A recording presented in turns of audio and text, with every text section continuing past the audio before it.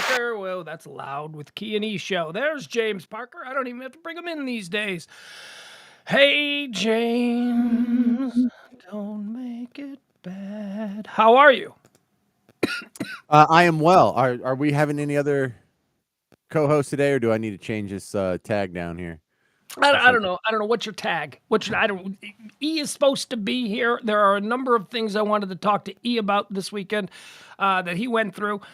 Key has, Key's always invited. I always send him a little note, a little link, so he's welcome to join whenever he's available. I don't know, James. I'm just happy to see you. I've been. Well, can I just take off with it? Because I got a hot sports opinion to just set it up. Let's go. You ready? But hold on. Before we get there, you can jump. I'm gonna let you jump right in. I'm not gonna introduce anything. I do have. Oh, look at this. See, now we go. We've got E here. E's here. Look at him. There he is. Hey. Hi, Whitney. Look at the lovely Whitney. She's here hanging out with us. We got Al. Al's always here. E, I was just gonna ask James. Today I did a story on the High Noon Show about how they were able to determine which states in America have the most closeted individuals. You know, they determined that. They just pulled all the Google records of people who Googled, "Am I gay?" And Utah has the most closeted people. So I've been doing the show now for the last week in a closet. And I wanted to ask you guys, how fantastic does this closet look? I mean, am I right? I mean, this is a much better setup than the old studio, yes? Your lighting sucks. Does the lighting suck? Because I've got plenty of lighting. I like it like this. This is the way that I've got it because I like it with a little bit of a casted shade, but we can make it brighter. Well, you just need something in front of you, and you need something from kind of above you. How do you not have anything above? Oh, I do have up light. You don't have a light on the ceiling. I do, but I don't have that on because I like the evening show to be a little bit darker. But if you are saying that you want more light, that can be accommodated. I would recommend it, but if that's a style you're going for, then maybe I should just shut my fat mouth. Yeah, it's evening. I don't know. Well, look at what your closet has been turned into, which, as I point out, is a $4,000 studio apartment in New York City. E, thoughts on your closet? I think that I now have the worst looking background of the three. Well, I'm going to take that as a compliment. Thank you, sir. I have now feel like there has been a challenge issued. No, don't. I don't want to do that because, James, I don't know if you're familiar, but yes, right now Emil has the lamest background, but you do not want to get into a does the pillows match the curtains contest with Emil because he will mop the floor with both of us. He is now felt challenged. Go ahead.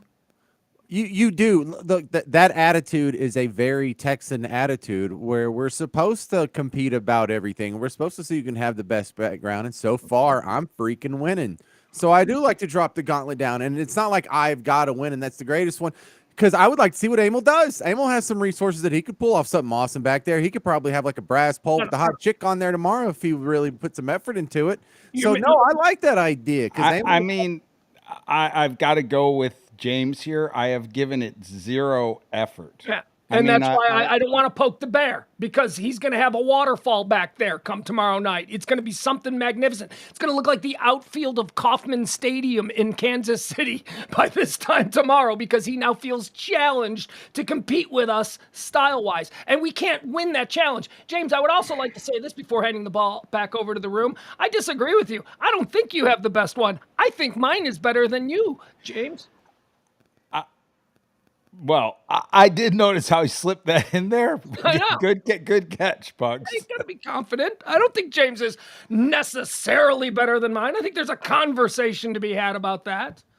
You don't have an Angry Bird wearing headphones and glasses behind you like I do. Very strong. I like the Angry Bird. I've got the shitty 1980s flickering light bulb right here in the steampunk cage. I mean, seriously, when's the last time you saw one of these crap-ass light bulbs? I got this at Spirit a couple of years ago because I hadn't seen one since like 1989. And so I bought like 10 of them. It's nice. I feel like James's background and Pugs's background are two entirely different backgrounds. And if I might be so blunt as to say, Pugs appears as if he's somebody that is doing an interview on Unlike TV and CNN. Yeah. has a very typical background. James starts out that way on the what would be his ear left if we were looking at it. It starts out that way on the ear left. It appears to have, yes. It appears to have a very kind of a western feel, but then towards the ear right, it loses that and it falls into some form of what I would say if you were at a Cracker Barrel, what you might see as the background at a Cracker Barrel, I agree. I the agree. whole background. It's terrible. It all falls apart. It starts out strong and then falls apart. Thank you for agreeing with me, Emil. I do want to change the subject. E, how is your leg? James, E suffered an old man injury this past weekend, one that you are maybe not all that familiar with, but you will be in the coming years. I am becoming familiar with. E, how's the leg? Tell everyone about your old man injury. Old man injury. I don't know that this is an old man injury. I think this is basically a hey, if you play sports, it's a risk of the sport that you play injury. A younger man would have gotten out of the way. Continue. I was a pitcher, dude. Yeah, a younger pitcher would have gotten out of the way at the blistering liner that was hit back at the mound. Anyway, to update you on the status, I am a little bit more concerned this evening because now I don't have black and blue at my area of impact. I've got it like down in my foot and in my ankle. So Yeah, like you're gonna lose your foot. so that's going on down there. Now So no.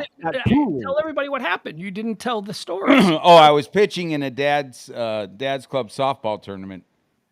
Wait, was it And, softball or baseball? I thought it was baseball. Softball. Oh, it's Softball. 12-inch softball?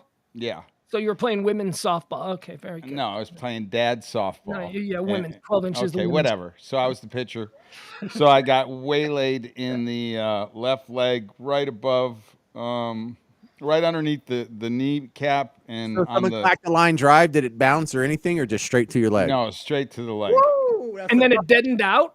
It was a hot shot. What? Well, I've pieced it together now, because my hand, like right here, this bone, like right here, was really, really sore, and this is really, really sore. So what happened was I was getting the ball with the glove this way, and the ball came that way and ricocheted like off my side of my knee, and then hit that because I've got the laces from the softball He's got the tattoo of the laces on his in leg.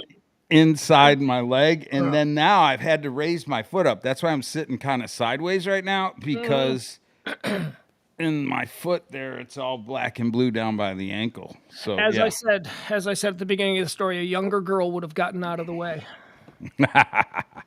Well, I didn't get out of the way, but oh well. James wanted to jump in. He had a hot sports opinion that I was all interested in just before you joined us. E, be on time next time. James, what's on your mind? I did hear that you threw me under the bus, though, How so? about me needing some fancy glove, and then you referenced something that was very controversial, and Keynote told me that it was very funny. Oh, I know what you're talking about. Oh, yeah. Your Negro League glove made from the skin of Negro League Hall of Fame players. And you It's a just very did it fancy, again. Very rare glove that Emil possesses. What? It's a fact. You prove it's not. James, go. All right, now stick with me a second. This is just a setup, because this isn't my larger point. I'm just trying to lay a framework here. But are you? Does the machete order mean anything to you? Machete order. Yeah, nerds, geeks, Star Wars fans might that might ring a bell. So the machete order. I'll go back when my oldest kid was really young. It was cool because he's never seen Star Wars, and this is like 10 years ago, right before the sequels came out. We only had the first six episodes out, because 4, 5, and 6 came out when we were kids, and then 1, 2, and 3 came out when we were young adults, and then here's the deal, though. James thinks we're all the same age. 4, 5, and 6, well, yeah, 4, 5, and 6 came out when I was just getting married. Emil was probably already 40, and James was a kid. So, what 1, 2, and 3 came out when Emil and I were kids. You weren't even born yet, right? My target demo is not 60, so I'm talking to them. That's who I'm talking to. I'm talking to Right, 20. but the first Star Wars came out when I was a kid. Yeah, you and I were kids when the first one came out. 77. Yeah, so we're close enough. We're not that far apart. So, what was I saying? Oh yeah. So you're faced with a conundrum. You have episode 1, 2, 3, 4, 5, 6. So do you just watch it in chronological order if the kid's never seen it before? And the answer to that is no. And the reason why is because the first 6 episodes are not the story of Anakin Skywalker. The first 6 episodes are the story of Luke Skywalker. And if you watch them in chronological order, that whole little reveal at the end of Empire Strikes Back where Luke, I am your father, and no, and there's the great reveal. Well, that's all blown because you saw for the first, 3 episodes that who his father was. So that all means nothing, and it just blows the whole story, really. So if you're introducing a new person to the Star Wars universe for the first time, and they're going to watch all the movies, you do not watch them in the episode order or chronological order. You watch them in machete order. And the other thing about machete order is you watch it in. Go ahead. Machete order is what? Okay, so I'm going to tell you machete order. That's all that ramp up was to explain it. Don't stop him. Go, James. Okay, so the machete order is what the Star Wars fan community agreed is the order you should watch the first 6 episodes in. Okay. So you start with episode 4, the one that came out first. Then Star you watch Wars? episode 5. Hold on. Let me walk this through because this is very difficult and very confusing. Because for me, the first Star Wars is actually the 4th Star Wars in the story. So the one that was released, the original Star Wars episode 4. Episode 4. Star Wars that was released in 1977 is actually episode 4 in the storyline. So go ahead. So which do you watch first? So that's the one you would start with. 1977's Mark Hamill, Carrie Fisher. Wow, there's some genius there. Go in ahead. machete order. And then you watch Empire Strikes Back, which is episode 5. Okay. And then you would go back to episode 2 and pick up the story of Anakin and Obi-Wan doing their thing that kicks off the Clone Wars. All right, so you watch 1978's Star Wars, or 1977 Star Wars. Then you watch 1980's Empire Strikes Back. Then you jump ahead to 2003's Anakin story, or Anakin's origin story. Chronologically, in their release, it's ahead, but you are jumping back. That's why it's so confusing. 2. Yeah, that's why it's so confusing. George Lucas didn't think that they were going to make all 12, so he picked his favorite 3 and started there. And they just happened to be, episodes 4, 5, and 6 in the story. Right. So you watch that. Then you watch episode 3, and you watch the conversion of Anakin to Vader, and then you pick the story back up at Return of the Jedi, episode 6, and that's the machete order. It totally eliminates episode 1. And the significance of the word machete, chopping it up in the order, is chopping it up. Oh, I forgot why, but I think it was like some online blogger first made the post on 4chan in like 1998 or whatever about the appropriate order. Now, James, I don't know. So release dates, just trying to get this straight. It's the first release date, the second release date, and then it goes off release date onto something else that they created. Yeah, so then you skip what is episode 1 and you go to episode 2 after you watch Empire Strikes Back. How about just tell me in release dates where is the order? All right, 1977 is the first you should watch. 1980 is the second that you should watch. 2002 is the third that you should watch. 2005 is the fourth that you should watch. 1983 is the fifth that you should watch. 2015 is the sixth that you should watch. And 2017 is the final one that you should watch. That is the machete order. So there's only one out of chronological order. James? Yeah, it looks There's like two. There's two. Look, the Machete Order came out before the new sequels came out, episode 7, 8, and 9, and they just fit right in. You slap them on there.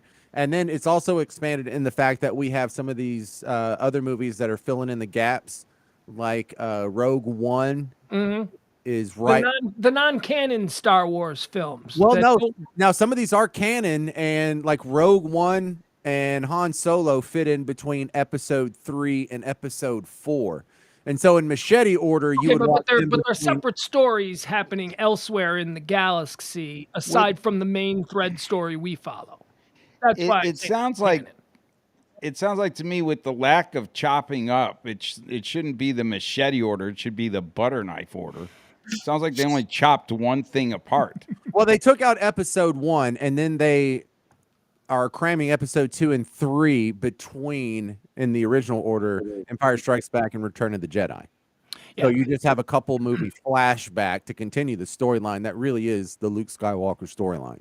The order by name is A New Hope, The Empire Strikes Back, Return of the Jedi, The Phantom Menace, Attack of the Clones, Revenge of the Sith, The Clone Wars, The Force Awakens, a Star Wars story. Now these Rogue One, a Star Wars stories this fit in here. Then The Last Jedi, then Solo, a Star Wars story, and then Episode 9, The Rise of Skywalker. I don't know. This is exhausting, man. This is my kid is Okay. waiting. Yeah, that's where they lost me. right, now Somewhere stop. No, about, I don't like, mean your the- topic introduction is exhausting. I mean the whole Star Wars thing. Keeping up with it is absolutely Right. So I just wanted, I wanted to have all this as a setup conversation to the real conversation that I wanted to have now. okay. Because I want to do a machete order for what I am. It's not like I'm freaking out like, oh my God, this is the best ever, but I'm really impressed. I just saw the end of Better Call Saul, and this whole universe, the Walter White universe. If you throw in El Camino and you throw in Better Call Saul, now that I've seen it, this is the best TV series of all time. Just sort of universe of all, you know. You Like, think better than Sopranos? I do think better than Sopranos, and I thought Game of Thrones was better than Sopranos too. Really? Yeah, Sopranos really up. Probably fifth. But Better Call Saul has this really cool thing going where if you do sit down and you haven't watched Breaking Bad or Better Call Saul and El Camino and all the adjoining little projects, you don't watch that in order either, because Better Call Saul really is just a great little prequel leading up to Breaking Bad, except the last 2 episodes of this series complete the story of Breaking Bad. So if you watched it in order, it would be really cool, except all the spoilers are in the last 2 episodes of Better Call Saul. So my machete order would be watch all 4 seasons of Better Call Saul up until the last 2 episodes. Turn that crap off before you ruin your entire life. Watch all of Breaking Bad, then watch all of El Camino, and then watch the last 2 episodes of Better Call Saul. Yeah, I tell that to everybody. You know, El Camino, I know, was a movie that was that was released on Netflix, independent of the series. Came out about a year or 2 after the series Breaking Bad had ended. But you cannot. It's not over. Breaking Bad is not over. I don't care what you think about, you know, the way it ended in the series. You have to watch El Camino immediately following the last episode, because it picks up literally minutes later. Minutes later, it picks up with him in the car, right? Jesse in the It car. overlaps. You see the gunshots coming out the trunk. Yeah, so that's an absolute must. You have to watch that. Now, you're suggesting that people watch Better Call Saul first. Watch Better Call Saul up until the final 2 episodes. And if you've already seen Breaking Bad, then it doesn't matter. But if you are an unspoiled audience member here who has never gone through the Breaking Bad universe at all, what a treat you have waiting for you if you do it in my machete order of watching all of Better Call Saul, skipping the first 2 episodes, the last 2 episodes, watch all of Breaking Bad and El Camino, and then watch the last 2 episodes of Better Call Saul. And that's one of the things that just blew my mind about this TV show. And you don't hear me talk about TV shows like this much, do you? No. But this is the first TV show that, okay, there's Breaking Bad, and I think a lot of people have seen that, and I'm going to assume you have. What you have here is a show that's billed as the prequel to Breaking Bad, but it is also the sequel at the same time, because in this show, Vince Gilligan keeps doing flash forwards and flashbacks and flash forwards and flashbacks.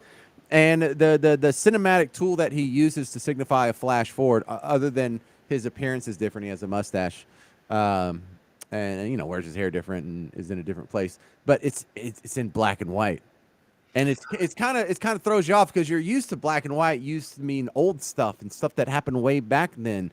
But now the stuff that's contemporary is in color, and the forward stuff that is going to happen not next, not in a couple months or even a couple years, but after the entire Breaking Bad storyline wraps itself up, that stuff's in black and white, and it keeps going back and forth, and it's just masterful.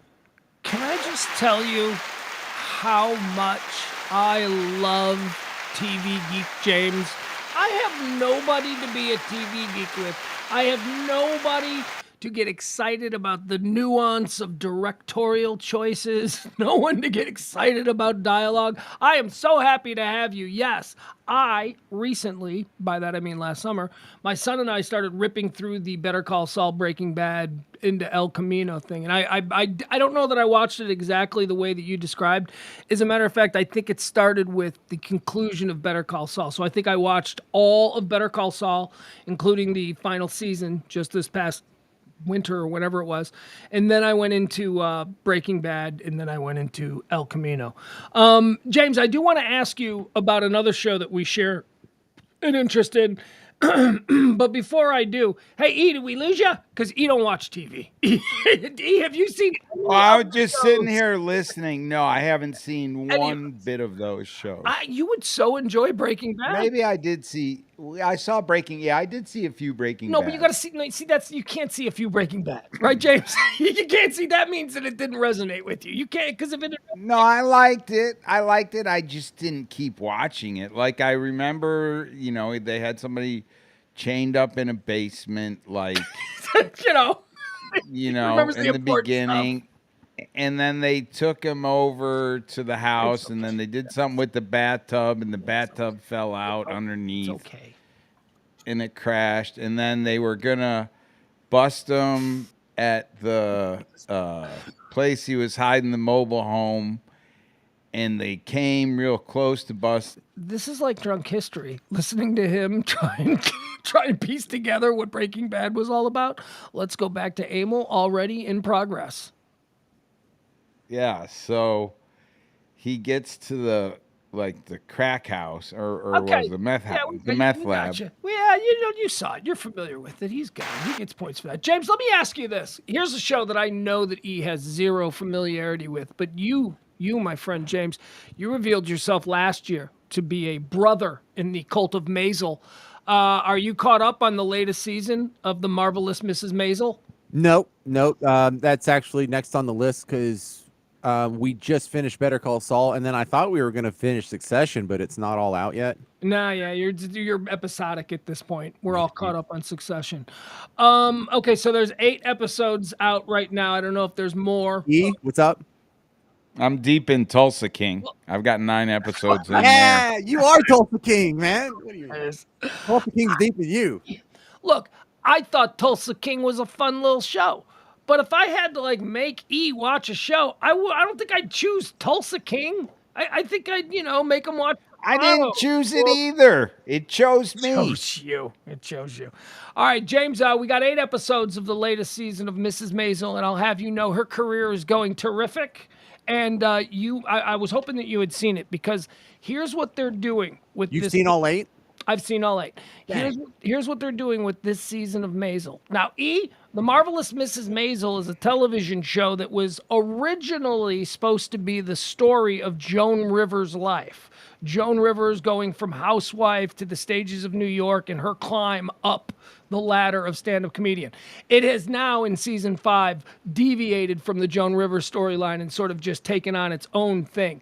But James, here's something that they're doing in this season that is fantastic because they're trying to wrap it up. Because Rachel Brosnahan, she's got a shit ton of big movie offers, and she wants to move on with her career and be an Academy Award-winning actress because she's terrific. Anyway, this season of Maisel, they are taking us all the way into the future.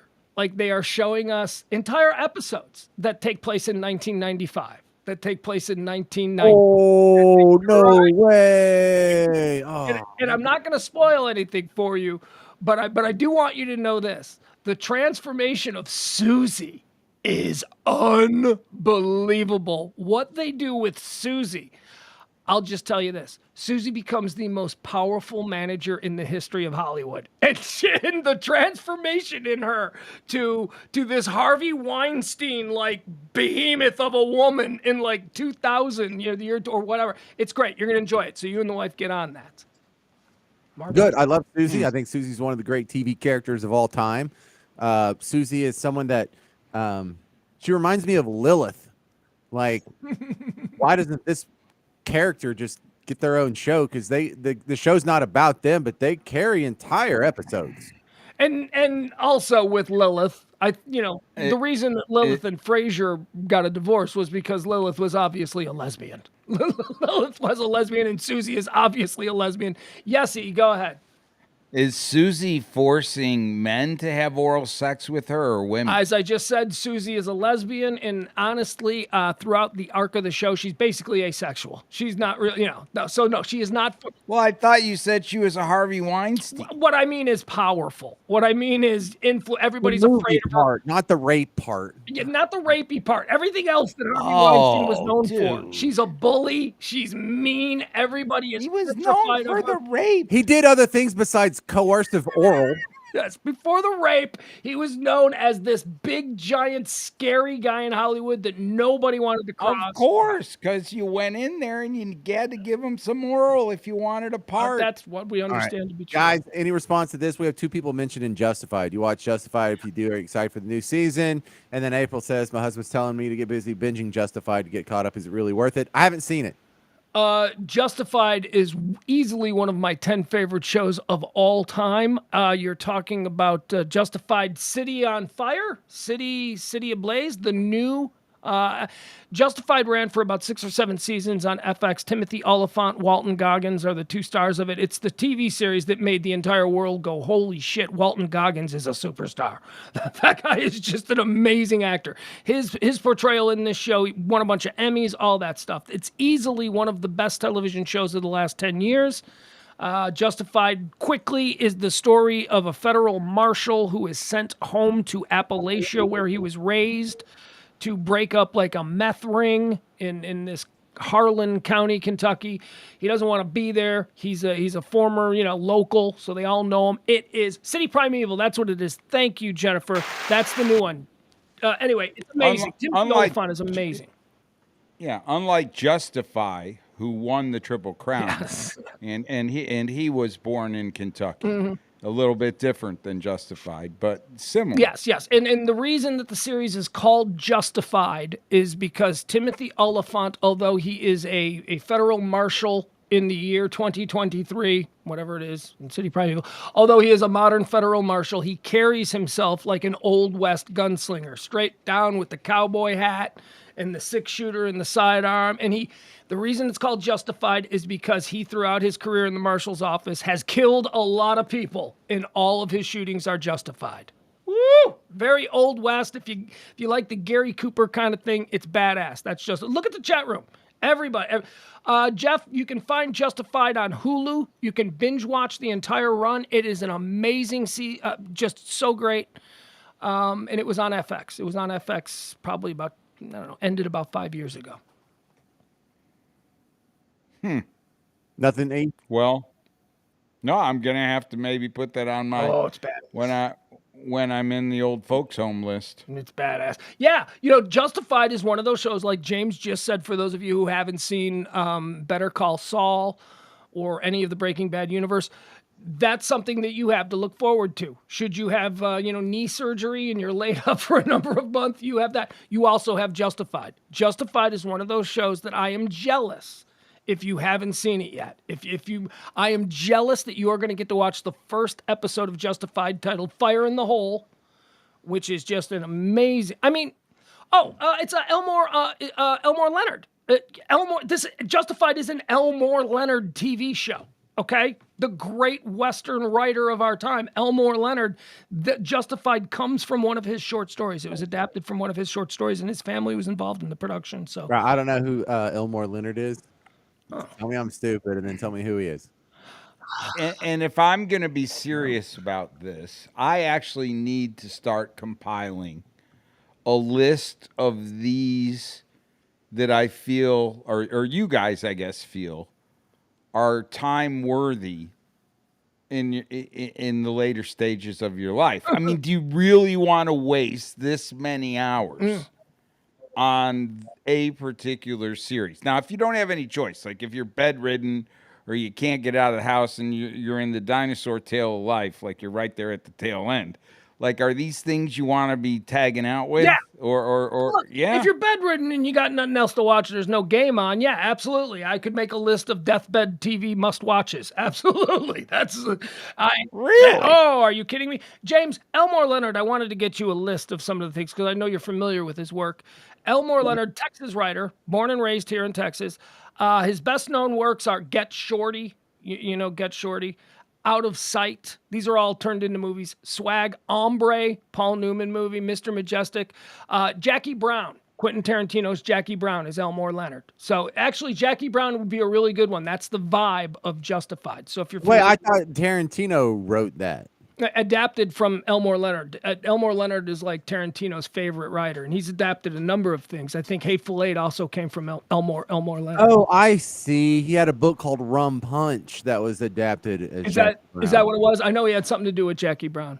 Right. Oh man, and his short story became 310 to Yuma, which I thought was a great movie that I might be the only person that saw that. Did you ever see that? Yeah, 310. Well, which one? The original, which was No, like no, no, the award-winning film, or the remake from like 10, 15 years ago? Oh hell, I don't know. I guess John Wayne, I believe, is the star of the original. I guess both of them then. So Yeah. how old? So this dude must be old as hell. Oh, he's dead, I think. I don't know. He's got to be in his 90s. Okay, yeah, he died in 2013 at age 87. Whoa. There you go. Anyway, yeah, Justified, man. It's a great show. Look at the chat room. Everyone in the chat room who knows it is like, yep, that's a badass show. And it's a show that nobody ever talks about. It just quietly won all the Emmys and all that stuff. Yeah. All right, what else do we got? Anybody got anything they want to talk about? Yeah, I was just reading on Elmore Leonard. Hey, E. Elmore Leonard. Who's he? Oh, jeez. No, if this was a radio show and we were on the ticket, that would be an emergency break of the week right there. After we discuss Elmore Leonard for 10 minutes, he goes, Elmore Leonard, who's he? Beautiful, man. It just doesn't get any more beautiful than that. Yeah, well. All right. What were we just, I was just about to mention something that occurred. You were going to ask me something. Yeah, I know I was. No, I can't. Where I acquired my baseball glove. No, we weren't going to get back into that. Oh, I know what I wanted to mention to you. Listen to this. So on Friday night, I got to do a really fun dad thing that I treasure because I don't get all the day in and day out stuff because of choices that I made earlier in my life. That should never affect the child. I got to go to my kid. My kid is going into high school. He's going to a new high school, and they're already active with the high school football. What do you mean in new high school? Huh? What do you mean in new high school? Well, he's going to high school. Has he been to high school before? No, this is all right. Can I tell the story? So he's going on to high school next year. And Okay. they've already, the freshman football coach has already gotten all the kids from the middle school football teams together, and they're already doing things as a team. I think it's really nice. Even though the kids are still only in 8th grade, they're still participating with next year's varsity and all that stuff. They're being welcomed in. So Friday night was the spring scrimmage game for the varsity, right? Big, giant. This is Texas Friday Night Lights type stuff. We got the stadium. For the varsity outgoing or the varsity next Year's varsity. Next year's varsity. Okay, so you were- the outgoing varsity has nothing. Nope. They were standing on the sidelines taking awards Right. and taking pictures and all that. This is next year's incoming varsity team, right? So they're doing their spring scrimmage, and because they're so active with the freshman incoming team and all that stuff, the freshman incoming team got to suit up for the first time in their their high school gear and all that kind of stuff, going on the field and scrimmage amongst themselves before the big festivities of the varsity game. really exciting. I mean, you can imagine, under the lights, Friday night, the first time, their first taste of high school, packed stadium because they're all there for the varsity, but still, very cool vibe.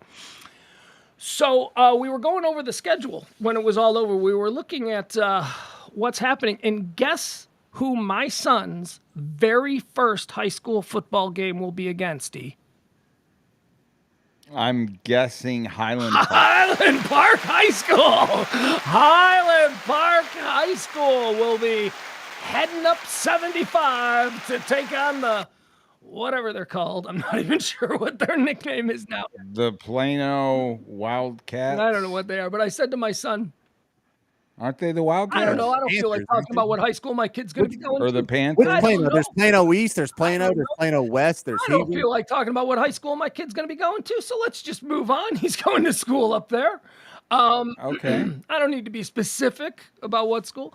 So anyway, he's very excited, and I had to have a conversation with him. I go, dude, you do realize that Highland Park is a machine, kiddo, right? I mean, because my boy and Emil's boy, well, sometimes they like to jab each other.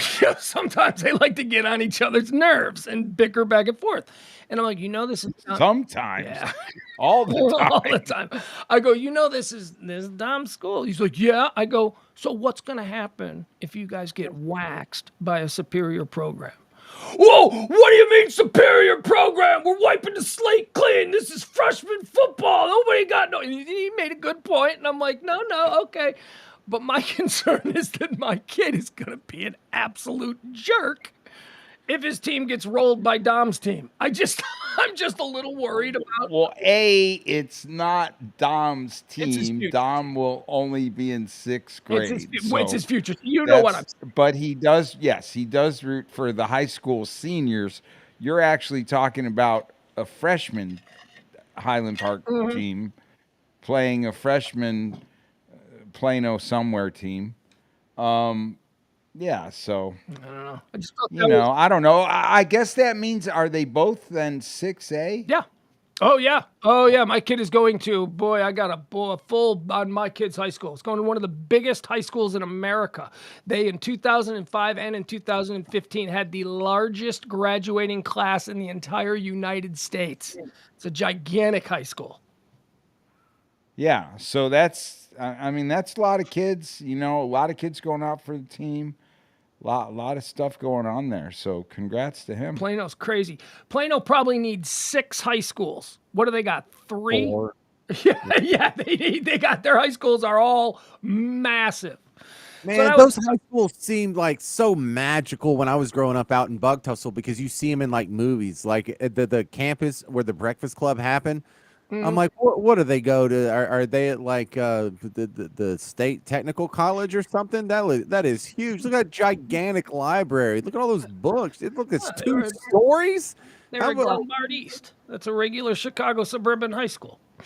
But and I would say those schools, Plano, Allen, Frisco, like everything out that direction, the actual facility, the football stadium, the amount of land that they have just dwarfs, for example, Highland Park. The high school there, that campus is a lot smaller. But still, the amount of people that are compacted into that campus. Campus. Well, wait. I didn't realize Highland Park was 6A. I thought Highland Park was 5A. They just make 6A okay. now. All right. I think they don't have enough students, but they play on such a high level, it's ridiculous to keep them in 5A. Yeah. They do that with A&M Consolidated, this other team that's in College Station. They always kill people, and so they play a league above their student population. James, I want to explore a little bit more, because that was interesting how you just described when you would see the depictions of like the more urban, not even urban, but more less rural high schools, suburban American high schools. How small was your? So like my high school, I went to high school in the Chicago suburbs. It was a relatively new school. It was a very large school. It was at the time of all of these John Hughes movies, right? So that's how we dress, that's how we talk. So for me, that's all very relatable.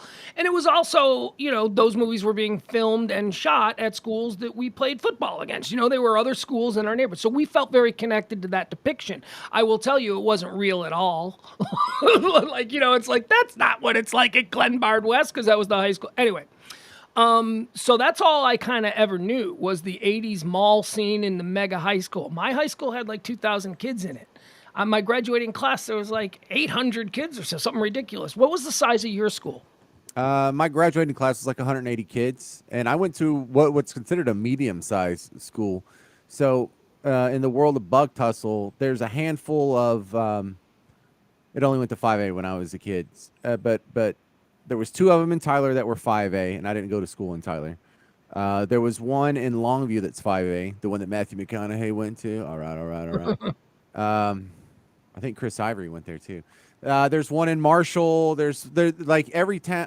The big towns have like one 5A school for the most part, and then the second tier is the 4A schools, and then there's just tiny schools below that. There's 1, 2, and 3. That play like 6-man football. Like Well, those tiny schools. 1A does. Yeah. Usually 2A, 3A, they have enough people to play 11-man football. It's just the smallest. But So I'm wondering, like at a school that size, because you went to a school in the suburb of Buffalo. I have to imagine you went to a pretty large 1970s suburban school, right? I mean, it wasn't large. I don't recall it being like overly large. how many were in your graduating class? Maybe 300. Oh, that's That's big. much bigger than mine. Yeah, a couple hundred, That's still maybe. big. I don't. Yeah. Yeah, I had kind of a big school. 4A is pretty big where I'm from. I mean, there's less than 1,000 kids in the whole school, but it's not tiny like a bunch of the kids that I knew. The once you get a little further out into the country from the district I was in, all the districts around it's like ARP, Troop. Like these kids, I had a friend I went to church with who went to Troop. There were 34 kids in his graduating class, and so you get to see what that's like firsthand. First off, the one big thing is we don't have names for our schools out in Bug Tussle. What do you mean? We don't. Well, like I went to Tom Landry Middle School, or I went to John F. Kennedy High School, or something. We don't have. I went to Victor J. Andrew. Where did you go, E? Depew High School. Depew. Yeah. Do you have a first name? Depew. No, No. first name just Depew. All right, I went to Victor Yeah, J. that was the Andrew. town. That was the name of the town. And you went where? Bug Tussle Yeah. Tech. Well, so I went to Chapel Hill Elementary School, and then I went to Chapel Hill Middle School, and then I went to Chapel Hill High School. There's there's no variation. There's no options. There's one of everything in your town. And so the town I actually got my mail from growing up, ARP. If I had grown up on the other side of the street from where I was, I would have gone to ARP Elementary School, ARP Middle School, and ARP High School. There's no It's just the name of the town, and then elementary school, the name of the town, middle school, the name of the town, high school. If I had been from the next town over that way, it would be Troop. My kids are going to Bullard Elementary, Bullard Middle School, Bullard High School. There is no names. We don't have to name it. It's just the name of your town, and then add elementary school to it. That's What if you where had you go. another school? If you expanded and you needed to add another school, you wouldn't be able to. What would you call that school? Nobody out here in Bug Tussle has the need for 2 campuses of any grade level. In All right, fact, but I'm saying, what if? I mean, right now, yeah, you don't have to have, I guess, a specific name, Right. That's what I'm saying. But then you no longer live in Bug Tussle. You live in a town big enough that needs multiple elementary schools. So my high school was in a town called Tinley Park. Okay, now for years, beginning in the 1940s, there was a high school in Tinley Park called Tinley Park High School. The town of Tinley Park grew that it needed a second high school. That second high school was Victor J. Andrew, the one that I went to. Tinley Park High School still remained operation. It's still a high school, but they were just called Tinley Park too. So they didn't need a specific name until we needed a different school. Right, and that's the point. That's one of the features of going to school out in Bug Tussle. There's never a named school. You just have the default school. And that there's no other options. Well, it's whatever town you're from. You don't have to ask them what high school they went to. You know what high school they went to, because if you ask a guy, "Where are you from?" Overton. Oh, okay, so you went to Overton High School, I suppose, right? Because that's the only option. So that's one thing. Another thing is you're on the same damn campus. the entire time. You might not be in the same building. You might have to like go to the other side of the bus loop as soon as you go from middle school to high school. But it's usually like adjacent plots of land. Let me ask you something. I love all these. I don't mean to cut you. I know where you're going here, but how many like attractive girls did you have in your school? That's got to be awful. One of the great things about having a massive student body is that there is a wide array of people to look at. I mean, did you have, but you are from Texas, so I bet the hottest girl in your high school was still hotter than the hottest girl in my high school, because Texas girls, for some reason, they walk on water in that department. But I'm like, what was it? I mean, Well, did you go to other high schools and be like, oh my God, my high school sucks for girls? I am saying this with this isn't like a self-deprecating dunk on we had a lot just absolutely ridiculously beautiful girls, and there was a ton of them in every grade constantly. But that doesn't necessarily mean I'm the type of guy that appeals to those girls at any point in my junior high and high school career. So it didn't do me. I'm saying, yeah, we did, but it's not like I went and I had a great time with all the hot chicks. A very late bloomer. I was a little guy, and so it's not like it made no difference. I could have gone to school with a bunch of hounds and I had a similar experience. So yeah, it was great, but it didn't do me any good. I will say this: my high school was fairly well represented. There were 3 other high schools in our immediate area that we would, go to parties at, and we were all friends with. Just because a street ended and kid went to a different high school doesn't mean you're not friends anymore. So we had a lot of like commingling of the high schools in the area, and my high school was very highly regarded for hot chicks. I do remember when people used to say, "Oh, dude, you go to Andrew? Dude, you got hot chicks in Andrew?" And I'm like, well, I guess we do. I'm a little spoiled. I see them every day. E, how about your school? Hot chicks? A lot of good 70s hot chicks with feathered hairdos? I remember the feathered hairdos and the Jordache jeans. And the big comb in the back pocket? And the big comb in the back pocket. And then there was also the Sassoon, Ooh La La Sassoon jeans. Oh, sure. Oh, I just ran down a list on the noon show of all those old designer jeans. We had Jordache, Sassoon, Bonjour, Calvin Klein. Bonjour, Calvin Klein. Sergio Valente jeans. Uh-oh, Sergio. My era was more Zeke Cavarici and Gerbeau. And then oh, you had the MC Hammer pants. Yeah, sometimes some of they had double belt. And then after my time, the next generation, they fell into that weird Jinko phase that I was already back to regular jeans before I was doing the hip cool thing. See, now this is interesting because this is a big difference between, we're all basically contemporaries, but there is an age difference amongst the 3 of us. Now, E would be the designer jeans generation. That wasn't so much me. I'm just young. I'm just a few years younger than E. So designer jeans, when he was out there wearing his Sergio Valentes, I was 7. It wasn't really a thing for me. But James, you brought up the Z Cavaricis, and I would say that in between is my generation, and we were very big on parachute pants. We used to we brought the parachute pants into popularity.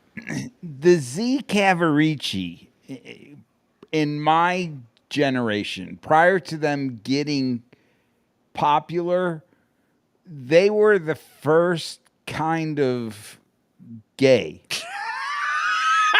The first kind. Forget about Plato and Aristophanes and all that. The first kind of gay were Z Cavarici jeans of the early 90s. Z Cavaricis with jelly shoes? Because I think that is order, Pugs. Yes.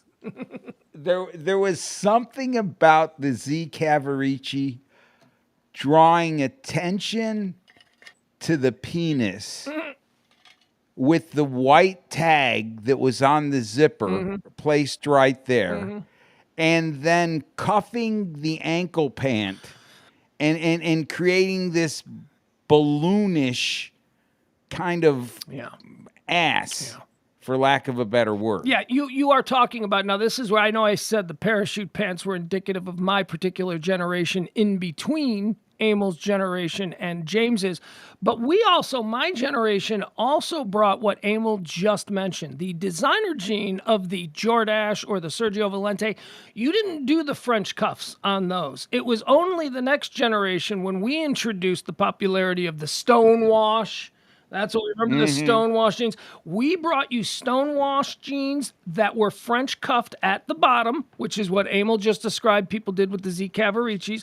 Stonewashed jeans, French cuffed, and we popularized the Guess brand of jeans. The Guess jean jacket with the Guess jeans in 1986. Ah, you are looking good. Do you remember the window pane jeans and the window pane jean jacket? It was the square jeans. They had like patches, but they were like sewn together like in a window pane. Oh, yeah, yes. Like one would be like light blue, and then the other one would be denim. No. There was the same. It was the same jean. Okay. Just all stitched together like in checks. Like I think it was referred to as a window pane jean. But I remember when those came out, and girls would wear those, and wow, it did something. Like it was almost like a fishnet version of a jean. I don't know what window pane jeans are, but Let's see if we Google it. What it comes up. Hold on. I got some pictures. I know what you're talking about now. I just found some pictures. All right, here we go. Window pane jeans. I think these are what you're talking about, E. Hold on. Let's see if we can. Boom. Oh, come on over.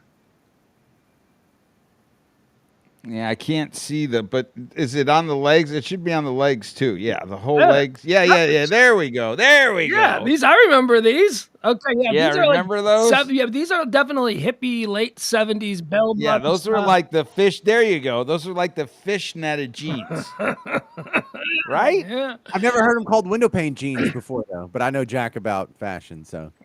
Well, now this generation, and I saw this on full display on Friday night, and there's a story about this that I discussed on High Noon this afternoon. By the way, High Noon every Monday through Friday, noon to whenever, hot topics, current events, all the things you need to know to be kept up on what's happening in the world. Girls, there was a story today about women are basically Gen Z in their fashion choices and how terrible their fashion choices are and how they're basically going out in skimpier outfits. Now, many members of Gen Z are saying the reason the girls especially are wearing skimpier clothing, it's because to show off their body art, because apparently tattoos are now something that these people want to show off. But I was at this thing on Friday night at this high school in Plano. James, do you have kids? You don't have kids in high school. Your kids are all still young. What is going on with girls? What is going on with girls between the age of 13 and 17 in this country? I swear to God, they all dress like, you know that scene in Pretty Woman in the very beginning where Julia Roberts is street walking with all the other prostitutes? That is the fashion sense that we're seeing among young girls. And when it's not that, it's yoga pants and a bikini top. And that's what they wear out.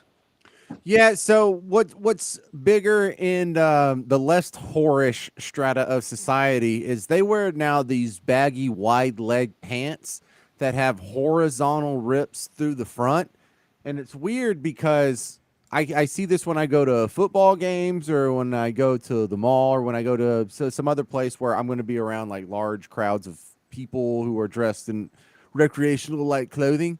And you'll see a group of like 6 girls, and they're all wearing the same damn pair of jeans that have the kind of wide stovepipe leg that has the horizontal cuts in it, and then it's frayed up. And so that's what I see, and they're just catching a lot of wind, and there must be like 10 cuts up the front of each pant leg. And that's the thing I've seen in like the last year, really I don't know. I saw it every football game this football season, so it's been around for almost a year at least. That's the one thing I noticed, but that's what you're describing here is these are special occasion clothes that are amazingly whorish, and that is not in Bug Tussle.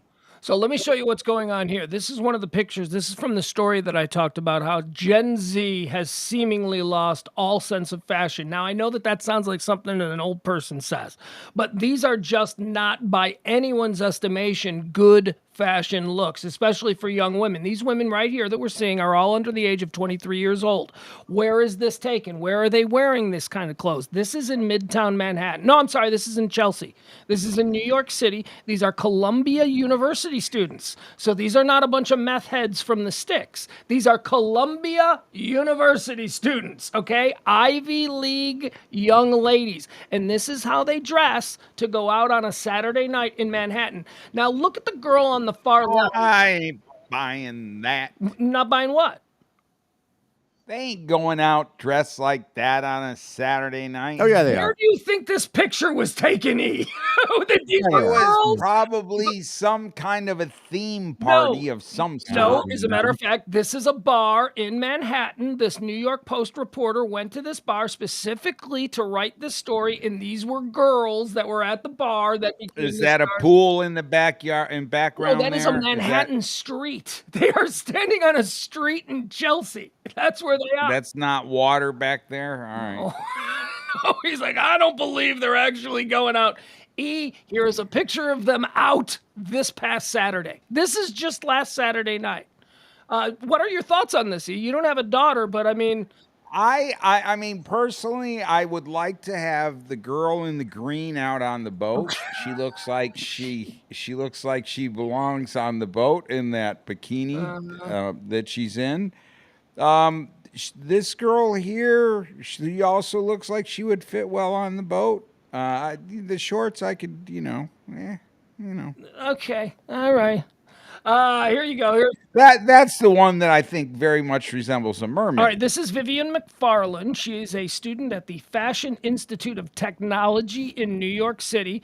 This is somebody studying fashion. So what do I know? I'm a 50-something-year-old white guy. Maybe I don't know anything anymore, but this is a terrible outfit to wear. This is what you wear at the resort when you're staying at the Fontainebleau in Miami and you're making your way across the lobby back to your room from the pool. This is not what you wear on a Saturday night in Manhattan, E. It feels very Vegas pool bar. Yes, not Midtown Manhattan in May. I'm not shocked by any of this. This doesn't bother me because I do see chicks that are dressed slutty like this. If you go to like rave parties or if you go clubbing or if you're definitely in Vegas, and Midtown Manhattan's not that much of a stretch from Vegas. Because listen, I'm in the other end of the Saturday night wardrobe choices. I'm in bug tussle, so chicks don't dress like that out here, and I wish they damn did. This isn't a complaint from me. I'm a dude. I like chicks dressing slutty and open and showing off their body, especially if they're all fit like that. That's great. There's no judgment. I don't give a shit how they dress. These are little kids to me. These are not people that whatever. I am just commenting on the seeming lack of any kind of style. I mean, I can't look. I can go back to this picture, and all I can think of is an '80s movie that takes place right here. This looks like a group of prostitutes from an '80s movie. And I don't understand. Well, unfortunately, or fortunately, depending on what side of the coin you're on with respect to that, the human body is the human body, and you're, I guess, referring to the lack of amount of articles of clothing. There's a lack of elegance. Well, when you say lack of style, there's a lack of sophistication. There's a lack of decency. This is also just blah. So lowest common denominator. What are you, a pilgrim now? No, I like a woman that dresses sexy. I got no problem with that. I mean, they look very sexy. Dude, they look very sexy. It's just undergarments that I think you're unaccustomed to. I think we can't have it both ways. I don't think we can gripe when women go out there and they're dressed all covered up like they're on Little House of the Prairie or Big Love or whatever, and then gripe. Who wants that? Nobody wants that. That's not. That's what I'm saying. You're pretending like we only have two choices: dress like Handmaid's Tale or this. I know, but if they're gonna err, let them err on the side of slutty, not on the side of Big Love. Thank you very much. I mean, I think y'all are being a little bit like I just think they look terrible. Left and to right. I mean, no, I encourage this. know. This is great. I think this is a big win. Culturally speaking, I've wished my entire life beautiful young women would dress more whorish. And if they're going to do it voluntarily and that's the new style, I feel like, I'm not in charge of anything, but I feel like I'm winning all over the place. I don't have a problem with women dressing provocatively. I don't think John Hinckley would have a problem He would with love it. that picture. He would love it. No, I have no issue with women dressing provocatively. I would just like them to have a bit of style, a bit of. What is style? That's style. How's No, that it's style? not. No, this is Style. bad style. This is stupid. This looks What? dumb. This looks like Goodwill garbage. I like. If she had an Asian persol, No, this looks very trashy, very cheap. I don't like trashy looks. That's it. I like elegance. I like Are the sophistication. textiles not up to your standards? Is the thread count not high enough? Like, why isn't this good enough? I don't mind seeing the little hip there, and I don't mind. okay, so But let's they look like rank- Alabama prostitutes. That's why. Yesy. All right, Good so the thing. one in the blue, prostitute looking, correct? Yeah, all of them We'll are agree on- prostitute look. Well, I'm not seeing that with the second one. The second one in the black dress looks Russian, tall. yes, she looks like a high-priced hotel escort. That's what she looks like, with her multi-piercings in her face. She looks gross. Oh my goodness. the other one looks like- he's associating piercings Yeah, to negative. that's great. The one in the bikini looks like she's destined to be found in a trunk. Can we just do a segment like once a week where we evaluate 20-something women? Yes. Because Let's do everyone that. wants Oh my Let's write it gosh. down. All right. Thank you. What folks. is so crazy is on this show, I am the most urban. What? What? The hell are you talking about? Most urban. I lo- The hell did that mean? Did you hear what he said there? Yeah.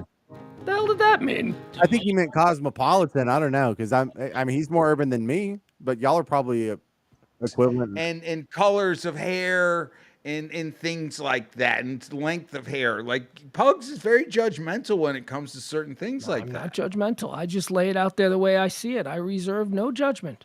Piercings? I don't like piercings. I judge piercings. I'm judgmental. I just came down in favor of it. I love it. James just in this instance was pro whatever was happening. All right, bye, boy. Is it any piercing or just a particular piercing? That's a good question, and that's a fair question that he just posed to me. It's bad piercings. That's it. Same with tattooing. Bad tattooing I'm not into. I'm not really into tattooing, but I can put up with a couple of, give me, if it's tasteful, whatever. I just don't like bad tattooing. Same rule for piercings. A belly button piercing, love that. A nose piercing, how cute. That can be fine. That girl in that picture, terrible piercings. I do not approve. All right, we'll see you tomorrow at noon. For High Noon, that's the show that I do every Monday through Friday at noon. It's hot topics, current events, all the things that are happening in the world. It's a one-stop cheat sheet for you. I don't want you bumping into things with people going, hey, did you hear about?